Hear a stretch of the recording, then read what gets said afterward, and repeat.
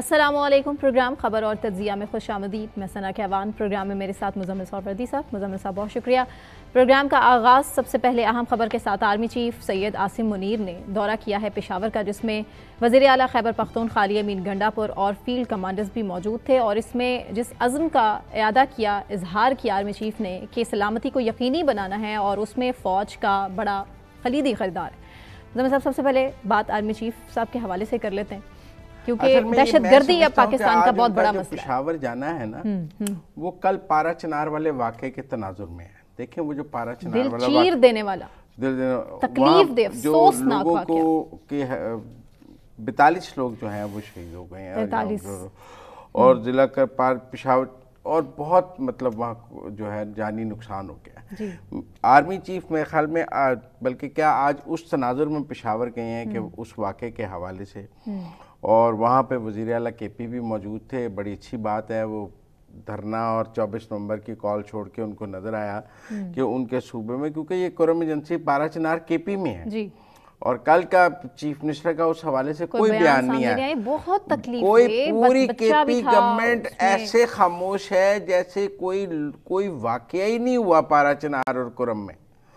आज वहाँ पर इतने मतलब एहतजाज हो रहा है, फसाद हो रहे हैं, सिक्योरिटी चेक पोस्टों को पर भी हमला किया है लोगों ने, जनाजे उठाए जा रहे हैं, वहाँ एक कोहराम है।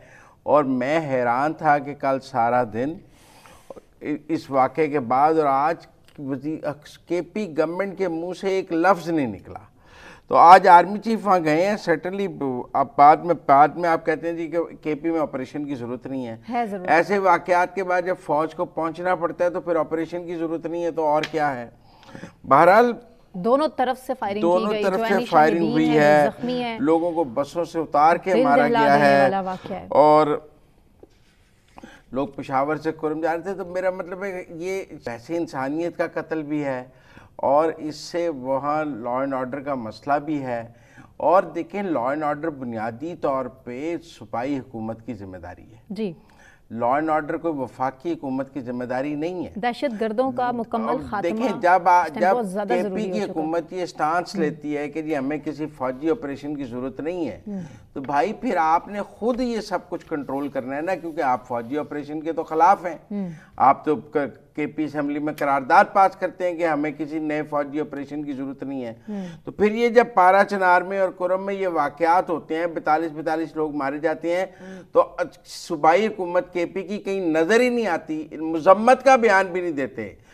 जो लोगों की जाने गई हैं उनके साथ ताज़ियत भी नहीं करते, एक लफ्ज़ नहीं निकलता केपी हुकूमत के मुंह से, बजाय इसके कि वज़ीर आला फौरी तौर पे जो है वो वहाँ पहुँचते पारा चिनार में, कुरम में, उन्हें धरने से ही नहीं फुर्सत, 24 नवंबर से ही नहीं फुर्सत, बुशरा बीबी के खिताब से ही नहीं फुर्सत। तो मेरे ख्याल में ये बड़ा ही आज आर्मी चीफ वहाँ गए हैं, जाना बनता था। उन्होंने वहाँ जाके फील्ड ऑपरेशन कमांडर्स का इजलास किया है, पूरे केपी में जो उनके हैं उनके साथ बात की है, दहशतगर्दी के खिलाफ लाएअमल बनाया है, वज़ीर आला केपी को बिठाया है। शुक्र है वज़ीर आला केपी धरने से निकल के कहीं वहाँ पहुँच गए हैं आसिम मुनीर साहब के इजलास में। वैसे आसिम मुनीर साहब का इजलास वो मिस नहीं करते हैं, कहीं भी आसिम मुनीर साहब पहुंचे तो गंडापुर साहब वहाँ ज़रूर पहुंच जाते हैं। लेकिन सर्टनली जो प्रोविंशियल गवर्नमेंट की कारकर्दगी है वो इस हवाले से बहुत सवाल आते हैं। और वहाँ पर जो पारा चिनार में जो हालात हैं वो भी अच्छे नहीं हैं। दोनों तरफ से ये हमला हुआ है। जितनी भी इसके बारे में बात की जाए, यकीन करें बड़ी तकलीफ दे मनाजिर देखे नहीं जा रहे और सोशल मीडिया पर ज़ाहिर है बहुत ज़्यादा वीडियोस भी शेयर हो रही हैं। एहतजाज भरपूर हो रहा है इस हवाले से, बल्कि अब मुल्कगीर एहतजाज की भी कॉल दी गई है मजलिस वहदतुल मुस्लिमीन की तरफ से भी। ठीक है, लेकिन बहरहाल आर्मी चीफ आज वहाँ गए हैं, उन्होंने शहदा की भी बात की है, गाजियों की भी बात की है। उन्होंने कहा दुश्मन अनासर के मज़मूम मज़ाहिम मकासद को हम नाकाम बनाएंगे, जो बहुत ज़रूरी हो दुश्मन के नेटवर्क को ख़त्म करना है और फ़ौज और कानून नाफिज करने वाले इदारे अमन दुश्मनों का। उन्होंने देखे ना, उन्होंने कहा फ़ौज और कानून नाफिज करने वाले इदारे, इसमें पुलिस, लेविस, सारे रेंजर सब आ जाते हैं। उन्होंने कहा मिलकर काम करें और इस दहशतगर्दी को ख़त्म करें। बहरहाल चूँकि पारा चिनार का वाक़या बहुत अफसोसनाक है, पूरी कौम को वैसे तो इस वक्त 24 नवंबर का बुखार चढ़ा हुआ है और वो पारा चिनार को वो फोकस नहीं मिल सका जो नेशनल मिलना चाहिए था।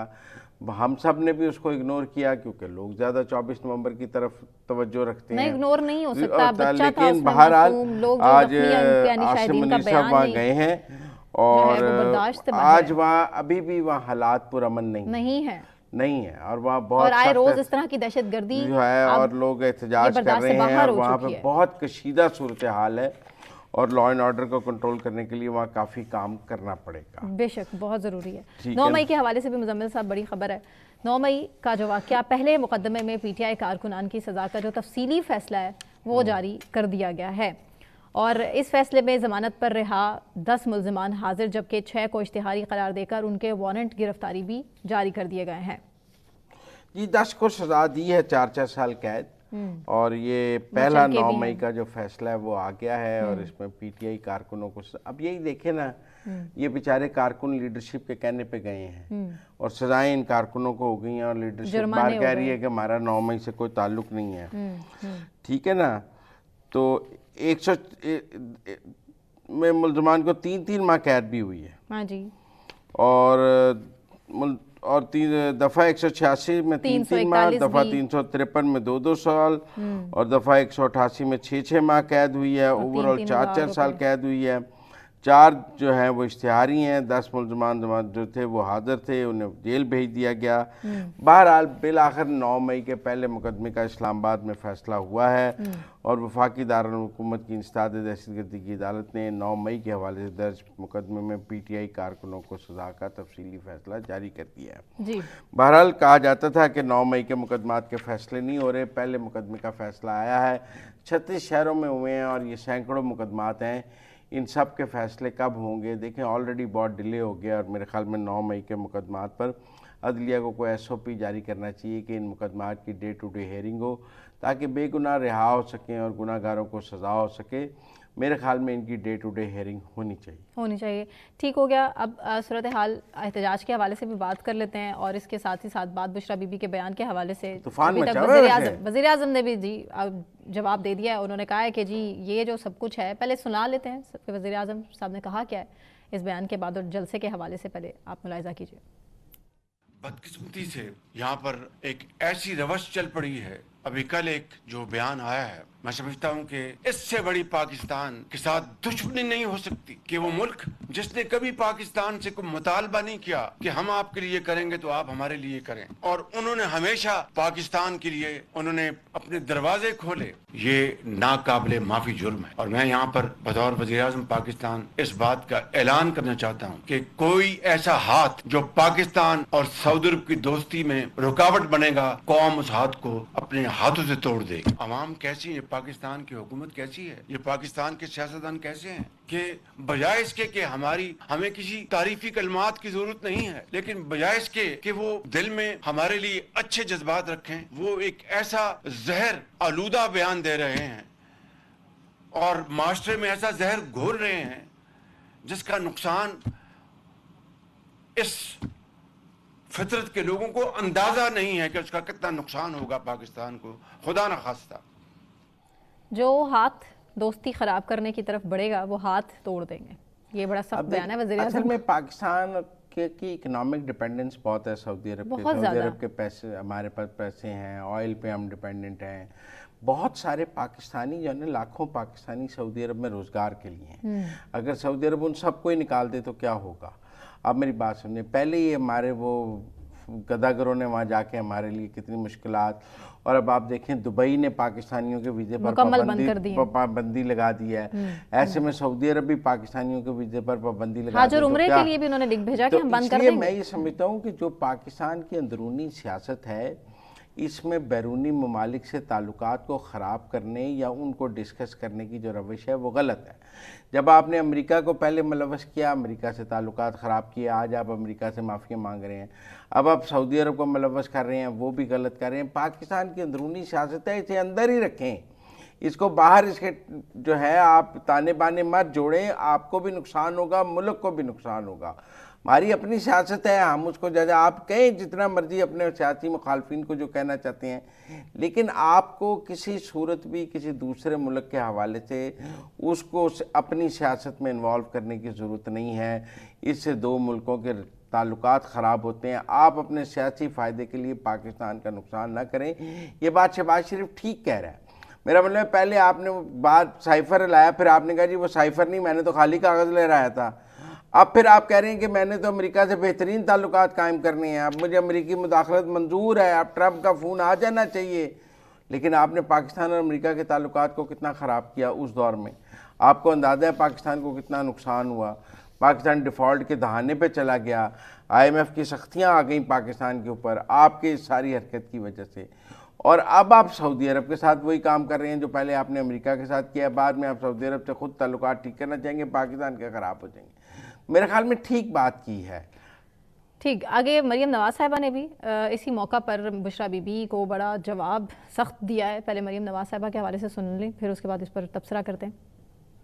लेकिन शहबाज शरीफ साहब, मुझे इस बात का दुख है कि जिस चीज़ को आप नए सिरे से जिस चीज़ की तामीर नौ कर रहे हैं, चाहे वो इकोनॉमी हो या वो फॉरेन रिलेशंस हो पाकिस्तान के, आज भी उस पे हमले बंद नहीं हुए। भी कल मैं एक वीडियो देख रही थी, मैं ऑनेस्टली समझी कि वो वीडियो डब्ड है, वो जाली वीडियो है, लेकिन वो सच्ची। मैंने जब पता किया तो पता चला कल की वीडियो है। एक घरेलू खातून जिनका सियासत से दूर दूर तक कोई वास्ता नहीं, कल उन्होंने जो पाकिस्तान के ऊपर हमला किया है, मुझे ऑनेस्टली अपने कानों पे यकीन नहीं आया, अपनी आंखों पे यकीन नहीं आया। उन्होंने पाकिस्तान के एक ऐसे दोस्त मुल्क पर हमला किया जो हर मुश्किल में, हर बुरे वक्त में, हर कठिन वक्त में पाकिस्तान के साथ खड़ा रहा। बयानबाजी का सिलसिला जारी है, जवाब पे जवाब आ रहे हैं। बुशरा बीबी के एक वीडियो बयान ने अभी तक थरथली मचाई हुई है चारों तरफ। नहीं, मेरा ख्याल है वो थरथली तो PTI खुद भी उसको ऑन नहीं कर रही। यहाँ तो थरथली तो तब मचाइए ना जैसे PTI कह रही है कि हमने बड़ा ज़बरदस्त काम किया, हम इस बयान के साथ खड़े हैं। थरथली मतलब उन्होंने ऐसी हरकत की है जिसकी PTI खुद भी डिफेंड नहीं कर सकती। मतलब आप समझे क्या बानी PTI कह रहे हैं उन्होंने ठीक बात की है, सऊदिया का नाम नहीं, MBS का नाम नहीं है। सियाको सबाक से हटके बात हुई है। आप ये बात समझें कि उन्होंने अपनी पहली तकरीर में ही आपको ही अपनी आखिरी तकरीर बना दिया है। मुझे नहीं लगता कि इसके बाद बुशरा बीबी को अपनी ये जो रिकॉर्डेड तकरीर का सिलसिला जारी रख सकेंगी, क्योंकि इस एक बात से उनके ऊपर इतना बैकलैश आया है। उनके अपनी पार्टी उनके ऊपर तनकीद कर रही है, उनके हामी उनके ऊपर तनकीद कर रहे हैं, सियासी मुखालफिन तनकीद कर रहे हैं, हत्ता कि उनका अपना खामंद भी कह रहा है कि वो एक घरेलू खतून है, उनका सियासत से कोई तल्लक नहीं, आप उनकी बातों पर तवज्जो न दें, वो सिर्फ मेरा पैगाम पहुँचा रही है। मेरे ख्याल में अगर बुशरा बीबी के कोई पोलिटिकल अज़ाइम थे, जो कल की तकरीर से नज़र आ रहा है कि वो बिल्कुल मौजूद थे, वो अज़ाइम हैं, वो सियासत में आना चाहती हैं, लेकिन उन्होंने अपनी इस पहली तकरीर के कंटेंट में अपनी तकरीर आखिरी तकरीर बना ली, एक पॉलिटिकल डिबैकल कर दिया, अपनी ही पार्टी पर खुदकुश हमला कर दिया। और मुझे लगता है कि उन्होंने तहरीक इंसाफ को भी बहुत नुकसान पहुंचाया है, पाकिस्तान को तो शायद ना पहुंचे। उनको सऊदी अरब वालों को अंदाज़ा है कि तहरीक इंसाफ इक़्तिदार में नहीं है, लेकिन यकीनन तहरीक इंसाफ को बहुत नुकसान पहुँचाया उन्होंने। अब सूरत हाल आगे हम जलसे के हवाले से भी बात कर रहे थे। फिलहाल सूरत हाल ये है कि जी बंद हो चुकी है मोटरवे, GT रोड मुकम्मल तौर पर बंद है और बहुत से मेन जो शहर हैं वो भी बंद हो चुके हैं। आपने तो एहतजाज पे जाना भी था, मोटरवे बंद हो गई, अब आप कैसे जाएंगी? मैंने बिल्कुल नहीं जाना था क्योंकि मैंने यही सब प्रोग्राम करना चाह रही थी, तो अब आप कैसे जाएंगी? ये तो बड़ा ज्यादती हो गई। ये बिल्कुल गलत बात है। कोई PTI के कोई काफिले में बैठ जाए जो लाहौर से इतने काफिले, मैं पहले तो कभी गई नहीं, मैं अब क्यों जाऊंगी। खैर ठीक है नाज़रीन, यहीं पे वक्त हुआ है एक ब्रेक का। ब्रेक से वापस आने के बाद हम जलसे एहतजाज, पेशावर की सूरत हाल तमाम पर बात करेंगे। एक ब्रेक के बाद हमारे साथ रहिए।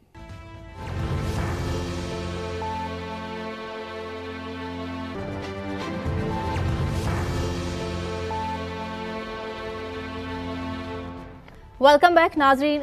बुशरा बीबी का जो बयान, नंगे पाँव मदीना गए इमरान खान और वो भी गई थी उनके साथ, जाहिर है तो वापसी पर जनरल बाजवा को फ़ोन आना शुरू हो गए कि ये किसे उठाकर ले आए हैं, हम तो मुल्क से शरीयत का निज़ाम ख़त्म करना चाहते हैं, तो शरीयत के ठेकेदार तुम लेकर आ गए हो। इस बयान के बाद नाजरीन अच्छी खासी ना सिर्फ इस टाइम तनकीद तहरीक इंसाफ के अंदर इस टाइम इख्तलाफात हैं और समझ नहीं आ रहा कि इस तरह का जो बयान है बुशरा बीबी के हवाले से वो क्यों दिया गया।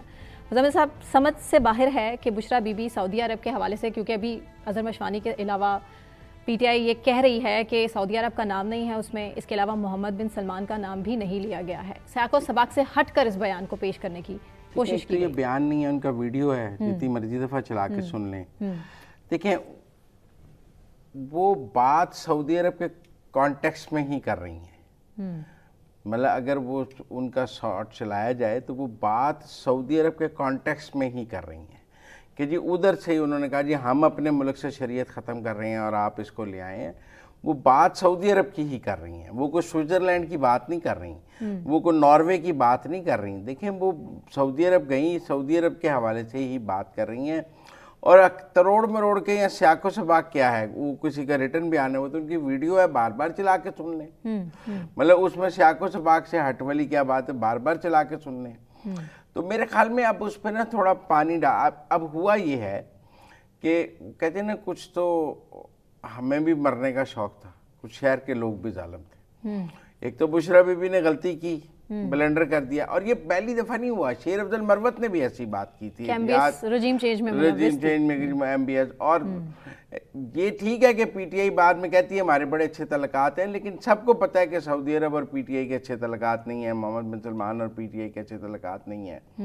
और वो जो अरबों के मुकाबले में ब्लॉक बनाने की बात थी, और वो जो मलेशिया में कॉन्फ्रेंस की बात थी जिस पर फिर ना जा सके इमरान खान साहब, मेरा मतलब आप इन पे कितनी बार मिट्टी डालेंगे और कितनी बार कहेंगे कि हमारे अच्छे तल्लुकात हैं। लोगों को पता है आपके अच्छे तल्लुकात नहीं है, लोगों को पता है आपके सऊदी अरब से अच्छे तल्लुकात नहीं है, आपने घड़ियां बेची हैं, आपने सब कुछ किया। ये कोई प्रॉब्लम, ये कोई ऐसी बात तो नहीं है जो ना पता हो। लेकिन टेक्निकल बात यह है कि अब फायर फाइटिंग का काम हो रहा है। वैसे तो मेरा ये ख्याल है damage has been done, government ने खूब इसको एक्सप्लॉइट किया है। हमने पहले सेगमेंट में चलाए भी हैं गवर्नमेंट के शॉट्स। गवर्नमेंट ने इसको एक्सप्लॉइट किया है, और फायर फाइटिंग का काम जो है वो अब पीटीआई कर रही है।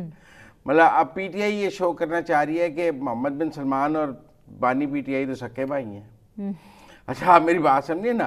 अब फैसल चौधरी साहब ने कुछ इसी किस्म की फैसल चौधरी साहब ने कहा है कि पहले आप सुन ही लीजिए, फिर उस पर हम बात कर लेते हैं, तबसरा करते हैं जी। और बुशरा बीबी ने जो स्टेटमेंट दिया उसमें सऊदी अरेबिया का बिल्कुल जिक्र नहीं किया है। मैं इस तासुर को यकसर मुस्तरद करता हूं। और जो साजिश का उन्होंने जिक्र किया है, उस वक्त इमरान खान साहब ने ये कहा कि मैंने चीफ जस्टिस साहब को लिखा, और उस वक्त के चीफ जस्टिस को और जनरल तारिक खान के ऊपर एक कमीशन भी बनाई गई, लेकिन वो भी पीछे हट गए और उसकी तहकीकात साइफर की नहीं हो सकी। अगर तहकीकात हो जाती तो ये बात ना होती। सऊदीज के साथ उनके बड़े अच्छे ताल्लुकात रहे हैं, और जब उनको वजीराबाद में उनके ऊपर हमला हुआ तो एमबीएस ने सबसे पहले कॉल की। एमबीएस ने सबसे पहले कॉल की थी जब वजीराबाद में हमला हुआ था। ये बड़ी गौर तलब बात है। देखिए, वज़ीरिया सफारत खाना ठीक है, मैं नहीं समझता डायरेक्ट कॉल नहीं थी, क्योंकि अगर डायरेक्ट कॉल होती, मैं ख्याल एमबीएस ने खैरियत पूछी होगी वज़ीरिया सफारत खाना। आप मेरी बात सुनिए, सफ़ीर ने कहा होगा कि एमबीएस आपकी तबीयत और आप उसके हवाले से बहुत परेशान है। अगर एमबीएस की डायरेक्ट कॉल इमरान खान को आई होती तो उस वक्त की हेडलाइंस होती।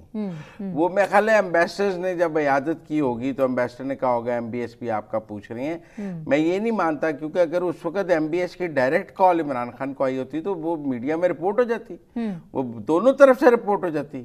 और मुझे नहीं लगता वो डायरेक्ट कॉल आई थी, वो वज़ीरिया सफारत खाने की बात है। वो सफ़ीर जब इयादत के लिए पहुंचे होंगे जो डिप्लोमेटिक नॉर्म्स के तहत है, तो उन्होंने कहा होगा कि जी एमबीएस भी आपकी खैरियत पूछ रहे थे और वो भी बड़े आपके हवाले से कंसर्न थे। वो कोई ऐसा नहीं है कि शौकत खानम में एमबीएस की कॉल आ गई थी, मैं नहीं ये बात समझता। मैं समझता हूँ ये काम वज़ीरिया सफारत खान ने कंडोलेंस पहुंची होगी, और वो उसका जो लेवल है वो बार बार सऊदी अरब का नाम बीच में आ रहा है। जनरल बाजवा ने भी तकदीद की है इस बात की, इस खबर ये जो फैसल चौधरी साहब कह रहे हैं उन्होंने नाम नहीं लिया। भाई आप इन रेफरेंस टू कॉन्टेक्स्ट बात कर रहे हैं ना, बात से बात जुड़ेगी ना, तो जुड़ती हुई बात तो मदीने से सऊदी अरब की है ना। बैरिस्टर सैफ कह रहे हैं कि पाकिस्तान की बात है स्पेसिफिकली, कि पाकिस्तान से जो है, और अजहर मशवानी का भी ट्वीट सामने, वो तो सही, वो तो कोई लेवल नहीं है। नाज़र मशवानी छोड़े, वो तो स्पोक्स पर्सन है ना, वो तो कोई लेवल नहीं है। लेकिन आप ये देखें कि जो और सीनियर लोग हैं, फवाद चौधरी वगैरह, उन्होंने भी कहा गलत बयान। हाँ, बिल्कुल, उन्होंने भी कहा गलत, मरवत को जब ज़ाहिर गलत उनका, उन्होंने भी कहा गलत बयान है। तो मेरे ख्याल में ये सारा जो है अब है ये कि बुशरा बीबी शेर अफजल मरवत नहीं है, ये बात आप समझे। अगर शेर अफजल मरवत होते तो शोकाज हो जाता। बुशरा बीबी हैं, इमरान खान की बेगम है। आज इमरान खान ने भी कहा है कि उनका सियासत से कोई ताल्लुक नहीं है। और उनको सियासी तौर पे उन्होंने कहा है कि नहीं वो इसकी बात तो नहीं हो रही, सऊदिया की नहीं हो रही, MBS की बात नहीं किया, उन्होंने डिफेंड किया और कहा कि मेरे तो मोहम्मद बिन सलमान से बड़े गहरे तल्लुकात थे। तो मेरा मतलब है कि वो ठीक है कि अब फायर फाइटिंग हो रही है, अब एक जिसे कहते हैं ना एक गलत काम आपसे हो गया है, अब आप उसके ऊपर पानी डाल के उसके ऊपर मिट्टी डालने की कोशिश कर रहे हैं, कवर अप स्टोरीज कर रहे हैं, जो मेरे ख्याल में ठीक नहीं, उसका उतना फायदा नहीं बल्कि बात ज्यादा बढ़ती जा रही है, बात ज्यादा बढ़ती जा रही है। इसीलिए ख्वाजा आसिफ साहब ने कहा है कि ये शर्मनाक बयान है। अता तारा भी इसी उन्हें तो कहना चाहिए, देखो गवर्नमेंट तो पूरा एक्सप्लॉइट करेगी। से जो है वो देखिए मैं आपको इसका एक और कॉन्टेक्स्ट बताऊं, ट्रम्प का बेहतरीन दोस्त अगर कोई दुनिया में है तो वो मोहम्मद बिन सलमान है। आप मेरी बात समझे, अगर पाकिस्तान के लिए मोहम्मद बिन सलमान कोई बात करते हैं तो वो ट्रंप के आगे बहुत असर रखेगी। और जो इस वक्त PTI ये कह रही है कि हमारी ट्रंप से बात हो गई है, तो इधर से भी तो कहा जा रहा है कि हमारी मोहम्मद बिन सलमान से बात है, वो ट्रंप को संभाल लेंगे। तो अगर मोहम्मद बिन सलमान बहुत ज्यादा एंटी PTI हो जाएं और PTI उनके खिलाफ बयानात देने लग जाए, तो इनकी जो ट्रंप पे सारा जुआ खेला हुआ है PTI ने, वो भी तो खराब हो जाएगा। ये मशवरे गलत दिए जा रहे हैं। वो भी तो खराब हो जाएगा, क्योंकि फिर MBS तो PTI के हक में ना हो तो फिर वो ट्रंप से बात कर लेंगे। तो एक ये भी तो खौफ है ना कि हम मोहम्मद बिन सलमान को इतना ज्यादा अपने खिलाफ कर लेंगे तो वो फिर ट्रंप वाली हमारी सारी गेम खराब हो जाएगी। अच्छा, एक क्रिटिसिज्म है कि रिकॉर्डेड बयान था बुशरा बीबी का, जिसने भी रिकॉर्ड करवाया, जाहिर है पार्टी की दूसरी क़यादत भी वहाँ पर मौजूद होगी, उनको देख लेना चाहिए था, उनको बीच में से रिकॉर्ड जरूरत है बुशरा बीबी की लेकिन तकरीर को एडिट करें। गलत मशवरे भी दिए गए और ये सब कुछ अचानक। जरूरत है बुशरा बीबी की तकरीर को एडिट करता। इस वक्त कल आपको खुद कल बताया गया कि उन्होंने अपना एक अलग सेल बना लिया मॉनिटरिंग पेशावर में, रेस्क्यू 1112 के दफ्तर में, जहां उन्होंने अपने सोशल मीडिया के लड़के रख लिए कि मैं मॉनिटरिंग करूंगी। तो इसलिए मेरे ख्याल इसलिए कोई उनकी तकरीर एडिट कर सकता और कोई उन्हें कह सकता था कि आप ये बात ना करें, कोई कह सकता था उन्हें, कोई नहीं कह सकता था। ये बात कहने वाला बंदा अडयाला में बंद है, बाहर कोई बंदा नहीं जो बुशरा बीबी को कह सके कि आप ये बात गलत कह रही हैं। हाँ, बिल्कुल ठीक कह रहे हैं। पेशावर भी बुशरा बीबी उसका जो अशर करती है ना, वो आप जहांगीर तरीन, अलीम खान वगैरह का अशर देख लें, ओन चौधरी का अशर देख लें, फिर बुशरा बीबी उसको रहने नहीं देती जो उनके खिलाफ बात करे। तो आज जो फवाद चौधरी ने भी बात की है ना कि ये अच्छा नहीं किया है, मुझे फवाद चौधरी का मुस्तकबिल भी कोई अच्छा ठीक नहीं नजर आता। चलें, अब अलीमा खान साहिबा भी इस हवाले से कुछ कह रही हैं, पहले वो सुन लेते हैं फिर उस पर तबसरा। 24 तारीख फिर से इमरान खान ने कहा है कि 24 तारीख को हर हाल में पाकिस्तानियों को अपनी आज़ादी के लिए निकलना है। इमरान खान ने यह भी कहा कि जब उनको जेल में डाला गया, और उनको कई दफा डायरेक्टली कभी किसी ने नहीं कहा, लेकिन हमें भी साउंड बाइट्स आती थी, हमारे तक भी बातें पहुंचती थी कि इमरान खान के सारे केसेस खत्म कर दिए जाएंगे अगर वो मुल्क छोड़ के चले जाएं, या वो बात करना बंद कर दें, या सियासत छोड़ दें। कॉल तो हतमी है और एहतजाज तो हर सूरत होगा, एहतजाज की कॉल वापस नहीं ली जा सकती है। रीमा खान साहिबा ने भी कह दिया। अब लोग निकलेंगे या नहीं, पेशावर की तरफ चलते हैं, सूरत हाल जान लेते हैं। रियाज अली हैं हमारे साथ, उनसे मजीद पूछते हैं कि बुशरा बीबी कितना इनएक्टिव है और कल के बयान के बाद कितने इख्तलाफात। रियाज, थैंक यू सो मच। बता दीजिए कि सूरत हाल पेशावर में क्या है, क्योंकि एहतजाज की इजाज़त ना तो अदालत ने दी है और ना ही मोहसिन नकवी साहब इजाज़त दे रहे हैं इसकी, लेकिन फिर भी क्या पेशावर से बड़ा एक काफिला इस्लामाबाद की तरफ निकलेगा 24 नवंबर को? बहुत शुक्रिया। अभी जिस तरह आपने जिक्र किया, एक थोड़ा सा इसके बैकग्राउंड में जाऊं कि इससे पहले जितनी भी इस्लामाबाद की जानिब मार्च हुए हैं, खैबर पख्तूनख्वा का दस्ता सफ़े अव्वल उसके सफ में शामिल था, लेकिन इस दफा खैबर पख्तूनख्वा में वो गहमा गहमी नहीं देखने में आ रही है जो पहले वाले मार्च की जानिब उसकी जानिब की गई थी। इस मरतबा खैबर पख्तूनख्वा की जो PTI है, उनकी कोशिश है कि पंजाब से लोगों को निकाला जाए। अगर पंजाब से वर्कर नहीं भी निकलता तो बुनियादी तौर पर कम से कम ये तो एक्सपोज हो जाएगा कि पंजाब का वर्कर निकलता नहीं है, वरना नॉर्मली ये जो है तफरीक माजी में नहीं होती थी। और इसकी बड़ी वजह जो है वो इस वक्त हमाद अजहर और अली अमीन गंडापुर की इख्तलाफात हैं। इसी वजह से जो माजी की गहमागहमी थी उसमें खैबर पख्तूनख्वा में तो देखने में नहीं रही। हाँ, पाकिस्तान तहरीक इंसाफ ने चंद स्ट्रेटेजिक जो है वो चेंजेस किए। एक तो ये कि आम वर्कर्स के बजाय जो इस्लामाबाद मार्च होगा उसके लिए ISF और इसके अलावा उनका जो यूथ विंग होगा वो वाले दस्ते जो है वो लीड करेंगे। चारों जो जोन्स है, सदर्न डिस्ट्रिक्ट, मैदानी अजला, हजारा डिवीजन और मलाकन डिवीजन, इन चारों के मुतालिक फैसला हुआ है कि चारों अलग-अलग रास्तों से दाखिल होंगे। तो इस वक्त इनकी अभी तक तो यही कोशिश है। आज बुशरा बीबी की क्या मसरूफियात रहीं? कल की तकरीर के बाद उन पर बड़ी तनकीद है, आज उनकी क्या मसरूफियात की खबरें हैं? जो वजीर आला हाउस में करीबी जराए उनसे जब हमारी बात हुई है तो आज पार्टी के चंद अहम रहनुमा जो थे उनसे कुछ खून पर बात हुई है, कुछ जो अली गंडापुर वगैरह है उनसे यही पर बात हुई है, और इवन जो पेशावर की डिस्ट्रिक्ट ऑर्गेनाइजेशन है उनसे भी उनकी बात हुई है कि बेसिकली वर्कर्स को मोटिवेट करना है और किस किस तरह की स्ट्रेटेजी डेवलप करनी है। असल में उनकी जो फाइनल स्ट्रेटेजी है वो कल तक चाक आउट हो जाएगी, सामने आ जाएगी।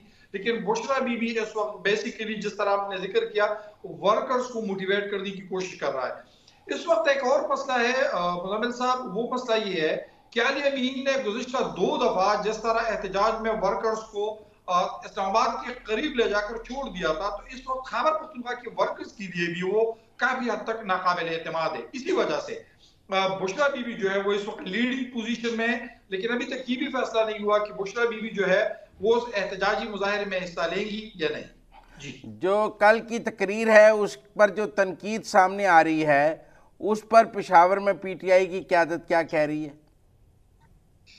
एक तो ये है कि पेशावर की जो है कि ट्वीट हुआ है इस मुताल्लिक का, और वो बुनियादी तौर पर पेशावर रीजन के जो उनके सदर है आसिम खान, उनकी जानिब से की गई। उन्होंने तस्लीम किया है कि हाँ बुशरा बीबी की ट्वीट गलत सही, लेकिन जब यही इंतजामिया और बेसिकली पाकिस्तान की फॉरेन पॉलिसी चला कौन रहा है ये भी तो बताया जाए कि आया वो सिविल एडमिनिस्ट्रेशन है या कोई और कुव्वत है जो पाकिस्तान की खारिजा पॉलिसी दिखा रही है।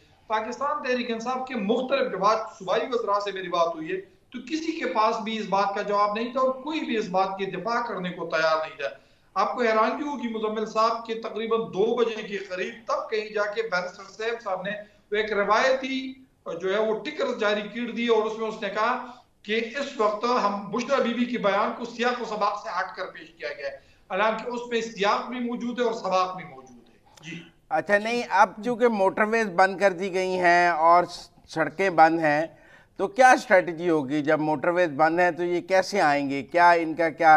और जो पेशावर हाई कोर्ट ने सरकारी वसाइल इस्तेमाल ना करने की बात हुई है, तो क्या अब क्रेनें और रेस्क्यू की गाड़ियां साथ होंगी? मुज़म्मिल साहब, एक तो ये कि पिछली दफा जो तनकीद का निशाना बनाया गया था पाकिस्तान तहरीक इंसाफ को, तो उनके जो पार्टी का पार्लिमानी पार्टी का इजलास था उसमें ये फैसला हुआ था कि सरकारी जो क्रेनें हैं उसकी बजाय ठेकेदारों की क्रेनों को इस्तेमाल किया जाएगा। तो इस मुताबिक पाकिस्तान तहरीक इंसाफ ने पहले से चंद क्रेनों को हायर किया हुआ है और उसकी खिदमत दी। एक ही बात है। दूसरी बात जो इस वक्त हो रही है वो इस वक्त पाकिस्तान तहरीक इंसाफ को सिर्फ एक महाज पर नहीं कई महाजों पर इस वक्त मुश्किलात का सामना है। एक मुश्किल तो ये है कि चीफ सेक्रेटरी ने गुज़िश्ता रोज खैबर पख्तूनख्वा के तमाम सरकारी मुलाजिमीन को एक मरासला भेजा है कि कोई भी एहतजाज में जो पार्टी का एहतजाज होगा उसमें सरकारी माविनत ना की जाए। इसके अलावा जो खैबर पख्तूनख्वा के पुलिस ऑफिसर्स हैं उनकी जानिब से भी तमाम जो RPOs है उन्होंने भी बाकायदा तौर पर एक अलामिया जारी किया है कि एहतजाज की सूरत में सियासी जमात का हिस्सा ना बना जाए। तो इस वक्त उनके पास वो पुलिस वाली माविनत भी हासिल नहीं होगी, जो रेस्क्यू 112 की है वो भी माविनत भी हासिल नहीं होगी। लेकिन इस वक्त पाकिस्तान तहरीक इंसाफ जो है अपनी सिर्फ वर्कर्स को मोटिवेट करने की कोशिश कर रही है। हाँ, इस वक्त जो है वो कहीं ना कहीं से जिस तरीके से आपको पता है कि कई महकमों को बाकायदा तौर पर ये जिम्मेदारी असूम दी गई थी। आपको पता है कि जितने भी ठेकेदार होते हैं वो CNW या लोकल गवर्नमेंट के पास अटैच होते हैं, तो उनको एक अहमियत जारी की गई थी कि हमें क्रेनों वगैरह का बंदोबस्त किया जाए। जी, आखिरी सवाल आपसे, कोई गंडापुर और कितने बजे पेशावर से निकलेंगे? क्या स्ट्रैटेजी क्या अभी तक सामने है? स्ट्रेटजी तो जिस तरह मैंने थोड़ी देर पहले जिक्र किया, जो स्ट्रेटजी वो ये है कि खैबर पख्तूनख्वा के 4 रीजन है। जो सदर्न डिस्ट्रिक्ट है वो हकला के जरिए इस्लामाबाद दाखिल होने की कोशिश करेगा। ये मियावाली के करीब जो उस रास्ते से उसके जरिए दाखिल होने की कोशिश, ये पहली है। जो दूसरी है वो मैदानी अजलाई GT रोड की स्ट्रेटजी भी है और इसके अलावा मोटरवे की स्ट्रेटजी भी है।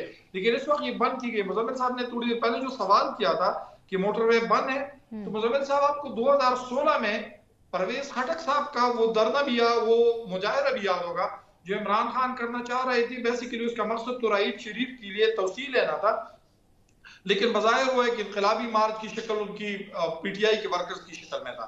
अक्टूबर मेरे ख्याल में 30 या 31 अक्टूबर को वो किया गया था। उस वक्त भी उनके खिलाफ यही स्ट्रेटजी अपनाई गई थी।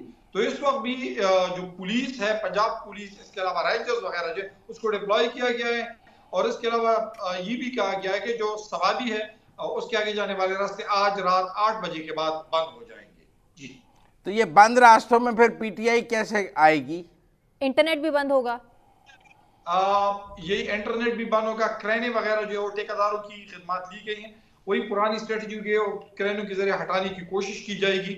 वर्कर्स को ये किया गया है कि जो आम वर्कर है उसके बजाय आईएसएफ और यूथ विंग के वर्कर को हायर किया गया है। मास्क तकसीम किए गए हैं बाकायदा तौर पर, और उनको जिले तंजीमों को बाकायदा तौर पर हिदायत जारी की गई है कि हर जो है वहां पर एमपीआई या एमएनए बुनियादी तौर पर ज्यादा से ज्यादा नौजवानों की जो फोर्स है वो फराहम करे, ताकि पंजाब पुलिस को, इसके अलावा जो रेंजर्स है उनको पुल आउट किया जा सके। वो हमने पिछली दफा देखे थे, वो आंसू गैस से बचने के लिए उन्होंने वो मास्क पहने हुए थे, स्पेशल किस्म के ग्लासेस थी, वो भी तकसीम की गई हैं।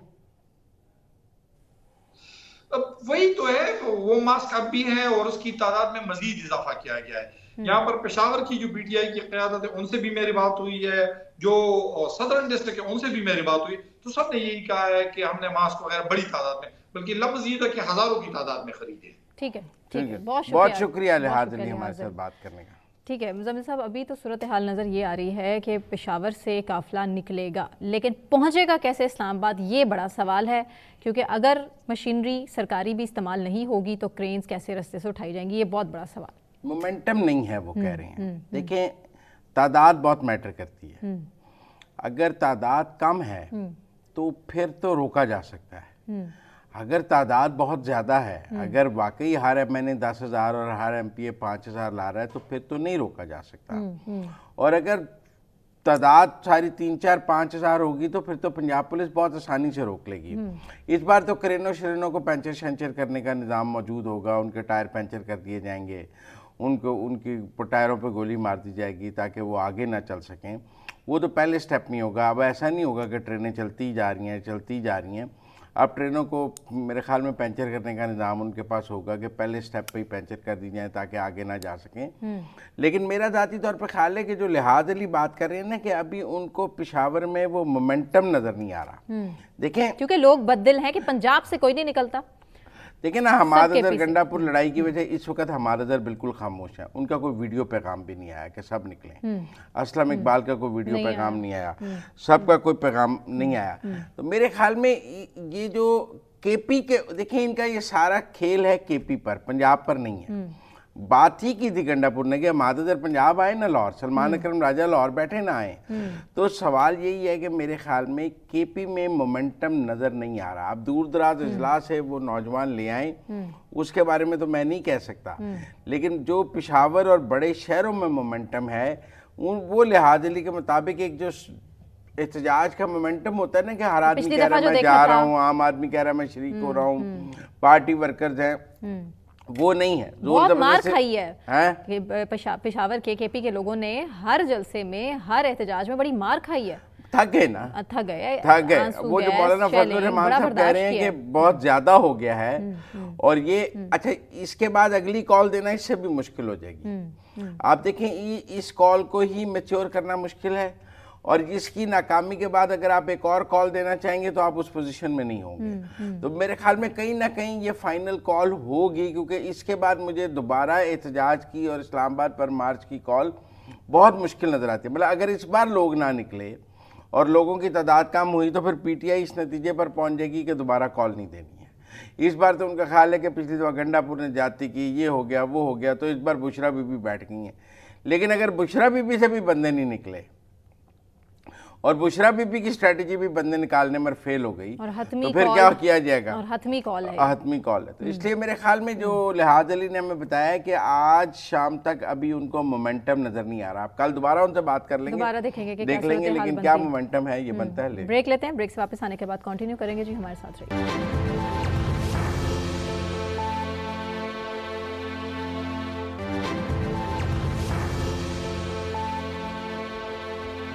वेलकम बैक नाज़रीन। और अब बात मईशत के हवाले से। स्टॉक एक्सचेंज में हम हर गुजरते दिन के साथ बेहतरी देख रहे हैं। 100 इंडेक्स 99,000 की बुलंद तरीन सतह पर भी पहुंच चुका है। अब ये मजीद माहिर मईशत डॉक्टर खाकान अजीब साहब हमारे साथ मौजूद हैं, उन्हीं से पूछ लेते हैं। खाकान साहब, thank you so much for joining us. सिर्फ ये बता दीजिए कि स्टॉक मार्केट में मुसलसल हमें तेज़ी तो नज़र आ रही है, लेकिन क्या मईशत भी बेहतर हो रही है? आम आदमी के हालात ठीक हो रहे हैं? देखिए, बहुत आसानी से समझिए, इस तरह के पाकिस्तान की मईशत टिपिकली बिहेव कर रही है जैसे कि इकोनॉमी बिहेव करती है जब IMF के साथ एंगेज होती है। इसका मतलब यह है कि एक स्टेबलाइजेशन का जो आंसर है वो इकोनॉमी में दिखाई देता है। इसका मतलब ये है कि बैरूनी खसारा संभल गया है, बल्कि सरप्लस में भी कुछ दफा आपने देखा कि आया है। रेमिटेंसेस बेहतर हुई, रुपी स्टेबल रहा।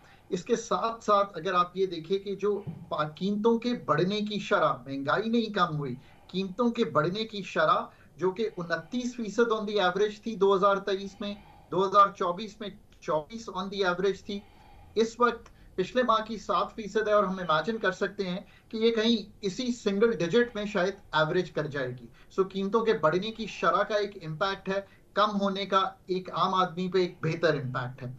अब इसके साथ साथ एक ऑयल प्राइसेस कम हुई, रुपया स्टेबल हुआ, कुछ एस्टैब्लिशमेंट के मेजर्स हैं, कुछ ऑब्वियसली जब इनफ्लोज बढ़े, क्या मतलब है इसका, $11 अरब से ऊपर के जखायर हैं।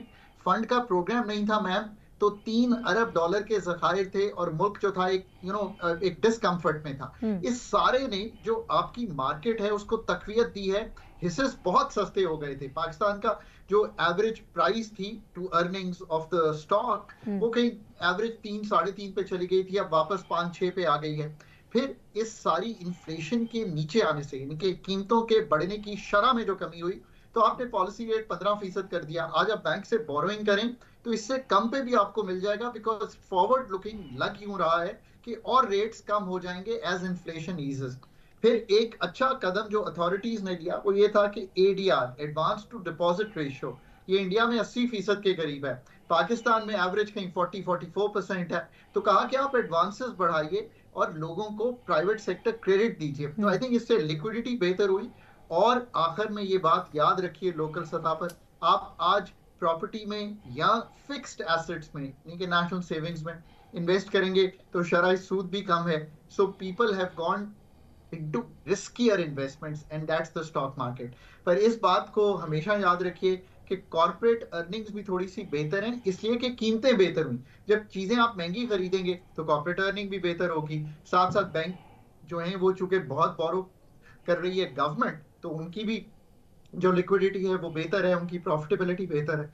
ये है ओवरऑल तनासब। नहीं, पर जो हमारा स्टॉक का इस वक्त रिकॉर्ड बनाना है इन टर्म्स ऑफ कैपिटल, तो कहते हैं इतना गेन नहीं है, पैसा इतना ज्यादा नहीं है जितना शो हो रहा है।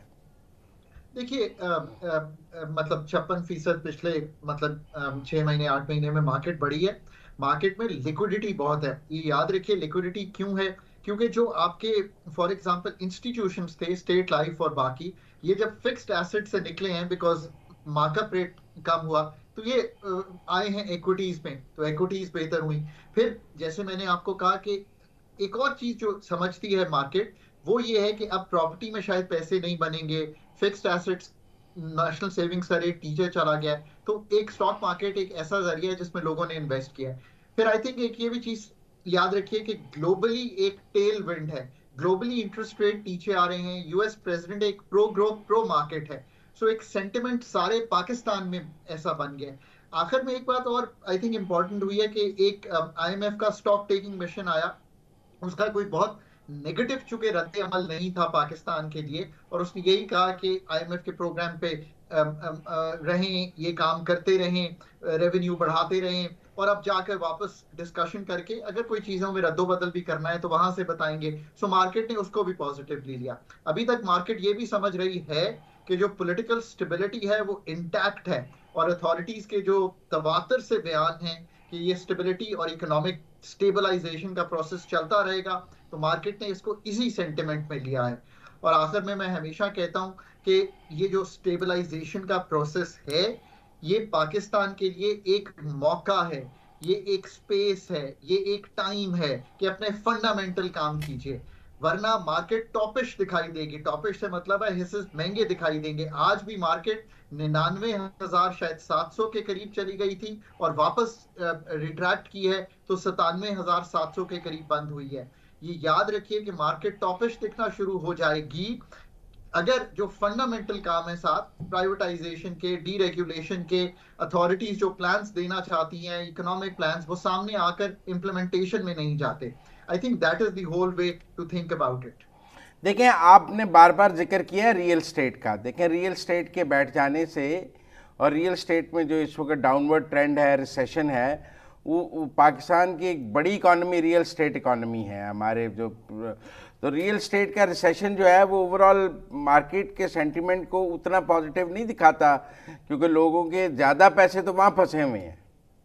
ये आपकी बात दुरुस्त है, और ये बात की अहमियत मैं इस तरह से एक्सप्लेन करता हूँ कि लोग कहते हैं जी देखें सेविंग्स नहीं है पाकिस्तान में, इन्वेस्टमेंट रेशियो बड़ा कम है। जब ऑफिशियली देखें तो 13% हम इन्वेस्ट करते हैं अपने इकोनॉमी के हुजम का, चाइना 40% इन्वेस्ट करता है। प्रॉब्लम यह है कि अगर इन्वेस्टमेंट हो भी रही है तो वो डेड एसेट्स, यानी कि रियल एस्टेट के लोग प्लॉट खरीद रहे हैं और उनको छोड़ देते हैं, और फिर चूंकि बहुत रेमिटेंस भी लगती है, लोग कहीं और इन्वेस्ट भी नहीं करते, कारोबार चूंकि कम सुकड़ता हुआ लोगों को दिखाई देता है, कॉस्ट ऑफ प्रोडक्शन महंगी होती हुई दिखाई देती है, तो लोग रियल एस्टेट में इन्वेस्ट करते चले जाते हैं और वो एक साइकिल चलता चला जाता है।